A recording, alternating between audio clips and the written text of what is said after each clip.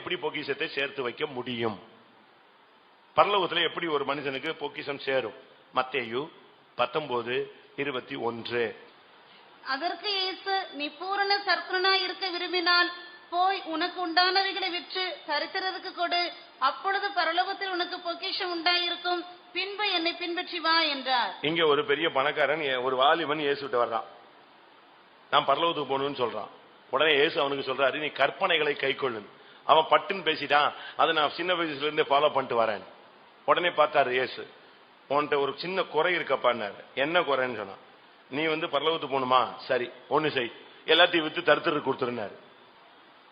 இவ்வளவு நாள் தூங்காம ஓட்டி பார்த்து அங்க ஓடி இங்க ஓடி அவனை முந்தி இவனை முந்தி எல்லாத்தையும் போட்டு மொத்தத்திலையும் சம்பாதிச்சுட்டு இப்ப ஒரே அடியில கர்த்தர் சொல்றாரு, எல்லாத்தையும் விட்டு தருத்திற்கு கொடு. கொடுப்பீங்களா? நீங்க சொல்லுவீங்க, சுத்தி வளைச்சு வந்துட்டாரு பாத்தீங்களா, காணிக்கைக்கு வந்துட்டாங்க. காணிக்கைக்காக நான் சொல்லல, இயேசு அழகா சொல்றாரு, போய் ஃபெய்த் தமிழ் கொடுன்னு சொல்லல. என்ன சொல்லியிருக்காரு? யாரு கொடு? நான் அடிக்கடி சொல்லுவேன், ஒரு பெரிய பணக்காரன் பெட்ரோல் கிணறு அவனுக்கு இருந்துச்சு. அதை வச்சு இருக்கிற இடமெல்லாம் பெட்ரோல் பங்கு தொடங்கி எல்லா பெட்ரோல் பங்கையும் சுத்தம் ஓச்சிட்டான். 50 வயசுல அவன் பெரிய ஆளாயிட்டான். அவனுடைய பவுண்டேஷன், அவனுடைய அறக்கட்டளை இன்னைக்கு இருக்கு. ஏதோ ஒரு முல்லர் அவ்வளவு சம்பாதிச்சாச்சு, கணக்கு வழக்கலாது. அவ்வளவு பெட்ரோல் பங்கு மூடிட்டு போயிட்டாங்க. ஏன்னா இவன் சொந்தமா தயாரிக்கிறான், சொந்தமா இருக்கு, ரேட் குறைய கொடுக்கறான், எல்லாரும் அங்கதான் போவாங்க. எல்லாரும் இவன் செத்தா நல்லா இருக்கும்னாங்க. அதே மாதிரி அவனுக்கு கேன்சர் வந்துருச்சு. கேன்சர் எந்த முயற்சி எடுத்தும் பிழைக்க முடியாத கண்டிஷன்ல வந்த போது விரக்தி அடைஞ்சு வீட்டுல ஒரு நாள் பைபிள் எடுத்து பார்க்கிறான். அப்போஸ்தலர் நடவடிக்கைகள், வாங்குகிறதை பார்க்கிலும் கொடுக்கிறதே பாக்கியம். அந்த வார்த்தை கேட்ட வாசிச்ச உடனே பைபிளை மூடி வச்சுட்டு, அப்ப நம்ம இவ்வளவு நாள் சம்பாதிச்சு ஒன்னும் பாக்கியம் இல்லையே, வாங்குறதை பார்க்கலும் கொடுக்கிறதான பாக்கியம். உடனே வீட்டுல இருக்கிற மொத்த பணத்தையும் கார்ல ஏத்த சொல்லி போய் சேரியில போய் ஏழை ஜனங்களுக்கு வாரி விட்டாங்க. அந்த ஜனங்களுக்கு எல்லாம் ஆச்சரியம். ஏன்னா இவன் பயங்கரமான ஆளு, இவன் எப்படி இவ்வளவு செலவழிக்கிறான்? அவனுடைய சாட்சியை நீங்க படிச்சீங்கன்னா, அந்த கொடுத்துட்டு இருக்கும் போதே அவன் சரீரத்துல எது சுகமாயிடுச்சு? எது சுகமாயிடுச்சு? கீமோதெரபி பண்ண வேண்டாம், எது பண்ணியாச்சு? கொடுத்த உடனே கேன்சர் சுகமாயிடுச்சு. இன்னைக்கு அவனுடைய அறக்கட்டளை இந்தியாலையும் இருக்கு. அவனுக்கு கேன்சர் சுகமாகி 92 வயசுல சாவுறாரு. 42 வருஷம் உயிரோட இருக்கான். கொடுத்த உடனே சுகம். அப்படின்னா என்ன அர்த்தம்? கொடுத்த உடனே பரலோகத்துல அவனுடைய பொக்கிஷம் நெஞ்சிருச்சு, சேர்ந்துருச்சு. ஏழைகளுக்கு அள்ளி கொடுத்து, மிஷினரிஸுக்கு கொடுத்து, ஊழியத்துக்கு அள்ளி கொடுக்க ஆரம்பிச்ச உடனே பரலோகத்தில் அவனுடைய பொக்கிஷம் சேர்ந்தது. உங்களுடைய பொக்கிஷம் எங்க இருக்கிறது? மத்தேயு 19:21 இயேசு அவனை பார்த்து சொன்னார், நீ வித்து தருத்திரனுக்கு கொடு, ஏழைக்கு கொடு, சாப்பாடு இல்லாதவனுக்கு சாப்பாடு கொடு, டிரெஸ் இல்லாதவனுக்கு கொடு, பசியா இருந்தால் ஆகாரம் கொடு, அவனுக்கு ஒன்றுமில்லாத இருந்தால் அவனுக்கு உடையை கொடு. இதுதான் பைபிள். இதை நீ கொடுக்கும் போது உங்களுக்கு என்ன உண்டாகுது? பரலோகத்தில் உங்களுக்கு பொக்கிஷம் உண்டாயிருக்கும். உங்க மனைவிக்கு எவ்வளவு கொடுத்தீங்க, அவளுக்கு எவ்வளவு கொடுத்தீங்க, இவளுக்கு எவ்வளவு இல்ல, ஏழைகளுக்கு எவ்வளவு கொடுத்தீங்களோ அது மட்டும் என்னது? அதுக்காக வீட்டுல போய் இன்னைக்கு பாதி பணத்தை கட் பண்ணி விட்டுறாதீங்க. ஏழைகளுக்கு கொடுக்க சொல்லிட்டாரு, உனக்கு கொடுத்ததுக்கு கணக்கே கிடையாதான், அதனால இனி ஏழைகளுக்கு கொடுக்கறதா கணக்கு. அப்படி வரக்கூடாது, அது தவறு.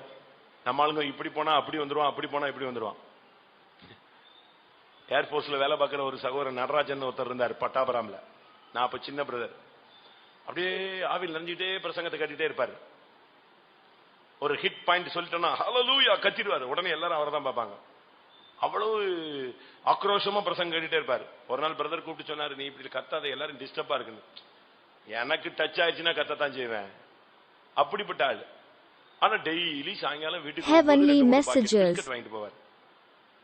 டெய்லி. ஒரு நாள் அந்த கடைக்காரன் கேட்டான், சார் என்ன டெய்லி வாங்கிட்டு போறீங்க, நீங்க இவ்வளவு வயசு, உங்க வீட்டுல அவ்வளவு குட்டி பசங்களா இருக்கு அப்படின்னு. அட நீ வேற, பிள்ளைகளுக்கு யாருக்கு வாங்கிட்டு போனா, நாய்க்கு தானே வாங்கிட்டு போறேன். என் மனைவி பிள்ளைகளை விட யாரு தான் நன்றியா இருக்கா? போன உடனே வாழாட்டிட்டு வருது, மனைவிக்கு எங்க வாழ் இருக்கு ஆட்டுறதுக்கு? அவன் சொல்றான் அந்த ஆளு, மனைவி பிள்ளைகளுக்கு இருக்கிற பாசத்தை காட்டில அந்த நாய்க்கு தான். இப்படித்தான் ஏதாவது ஒரு பிரசங்கம் பண்ணா நான் நீங்க வேற மாதிரி எடுத்துக்கிட்டு வீட்டுக்கு கொடுக்க வேண்டிய காசெல்லாம் நிப்பாட்டிட்டு ஏழைகளுக்கு வாரி வழங்குகிறேன், பக்கத்து வீட்டுல கடன் வாங்கி, ஆபீஸ்ல கடன் வாங்கி, தனக்கு போய் தான் தர்மம்னு உலகத்துல சொல்லுவான். கடன் வாங்கி நீ தர்மம் பண்ண வேண்டியது இல்ல, கடன் வாங்கி இன்னொருத்தனுக்கு ஹெல்ப் பண்ண வேண்டியதும் பைபிள் சொல்லவில்லை. என்ன பைபிள் நல்லா சொல்லுது, யாருக்கும் ஷூரிட்டி கையெழுத்து கூட நீ போடாதன்னு. உடனே நீங்க போய் பெரிய தான தர்ம பிரபு மாதிரி நின்றுட்டு அங்க இங்க போய் யாருக்காவது ஷூரிட்டி கையெழுத்து போட்டுறாதீங்க. பேங்க்லயோ சொத்துலயோ வேலையிலயோ எங்கேயும் ஷூரிட்டி போடக்கூடாது.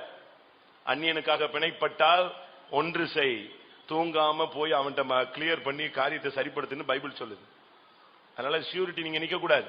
போட்டிருந்தவங்க எல்லாம் யோசிச்சு பாருங்க, இன்னைக்கே கிளியர் பண்றதுக்கு ஏதாவது வழி இருக்கான்னு பாருங்க. இல்லாவிட்டால் நீ படுத்திருக்கிற பாயை கூட அவன் எடுத்துக்கொண்டு போவான்னு நீதிமொழியில சொல்லியிருக்கு. நீ படுத்திருக்கிற பாய் அவன் நல்லா தான் இருப்பான், நீ யாருக்கு கையெழுத்து போட்டியா அவன் தோத்திரம் பண்ணிட்டு ஓடி போயிருவான் ஊரை விட்டு கூட. நீ இந்த ஊருக்கார மாட்டிக்குவ. திருப்பி உன் வீட்டுல இருக்கிறதெல்லாம் என்ன செய்யணும், நீ கொடுத்து காம்ப்ரமைஸ் பண்ணணும்.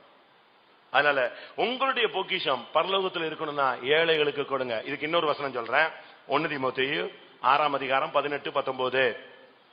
1 தீமோத்தேயு 6ஆம் அதிகாரம் 18-19. நன்மை செய்யவும் நற்கிரியைகளில் ஐஸ்வர்யவான்களாகவும் தாராளமாய் கொடுக்கிறவர்களும் உதார குணம் உள்ளவர்களுமாய் இருக்கவும் நித்திய ஜீவனை பற்றி கொள்ளும்படி வருங்காலத்திற்காக தங்களுக்கு நல்ல ஆதாரத்தை பொக்கிஷமாக வைக்கவும் அவர்களுக்கு கட்டளையிடு. நம்முடைய விசுவாசிகள் தேவனிடத்தில் ஐஸ்வர்யவான்களாய் இருக்க வேண்டும். அடுத்து நற்கிரியைகளில் நீங்கள் ஐஸ்வர்யவான்களாய் இருக்க வேண்டும். அதான் அழகா பைபிள் சொல்லுது.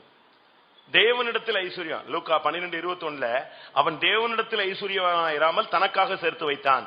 இங்கே சொல்லி இருக்கிறது நற்கிரியைகளில் நீங்கள் ஐஸ்வர்யவான்களாய் இருக்கவும் தாராளமாய் கொடுக்கவும் உதார குணமுள்ளவர்களாய் இருக்கவும் நன்மை செய்யவும். இப்படி நீ செய்தா நித்திய ஜீவனை பற்றி கொள்ளும்படி வருங்காலத்திற்கு உன்னுடைய பொக்கிஷத்தை நீ சேர்த்து வைக்கிறாய். ஏழைகளுக்கு உதவி செய்யுங்க.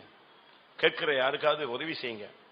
மொத்தமா உதவி செய்ய முடியாட்டாலும் உங்களுடைய தகுதிக்கு ஏத்த மாதிரி ஒரு சாப்பாடோ ஒரு டிரெஸ்ஸோ ஒரு கொஞ்சம் ஃபீஸோ நீங்க செய்யுங்க. தப்பே கிடையாது. ஆண்டவர் கேட்பார். ஒருத்தனை அனுப்புவாரு உன்னிடத்துல.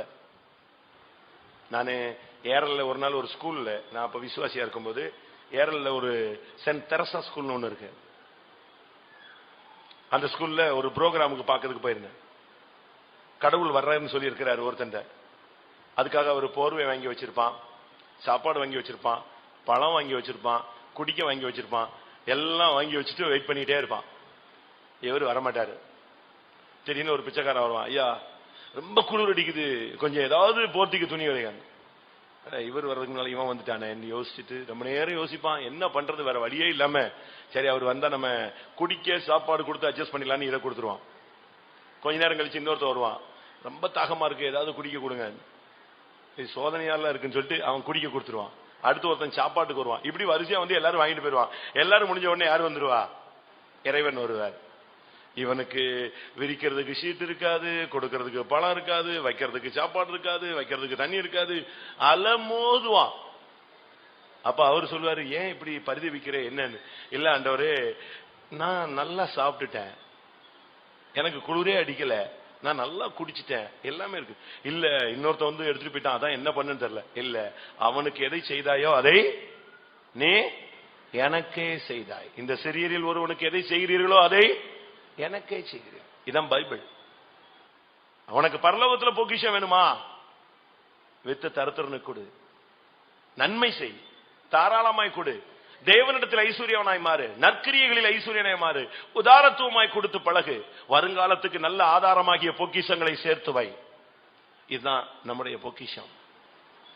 இன்னைக்கு எல்லாரும் கண்களை மூடுவோம். இப்ப நம்ம பொக்கிஷம் எங்க இருக்குன்னு பார்ப்போம். இல்லைன்னு சொன்னா இன்னைக்கு நீங்க அதை சரிப்படுத்த வேண்டியது உங்க மேல விழுந்த கடமை.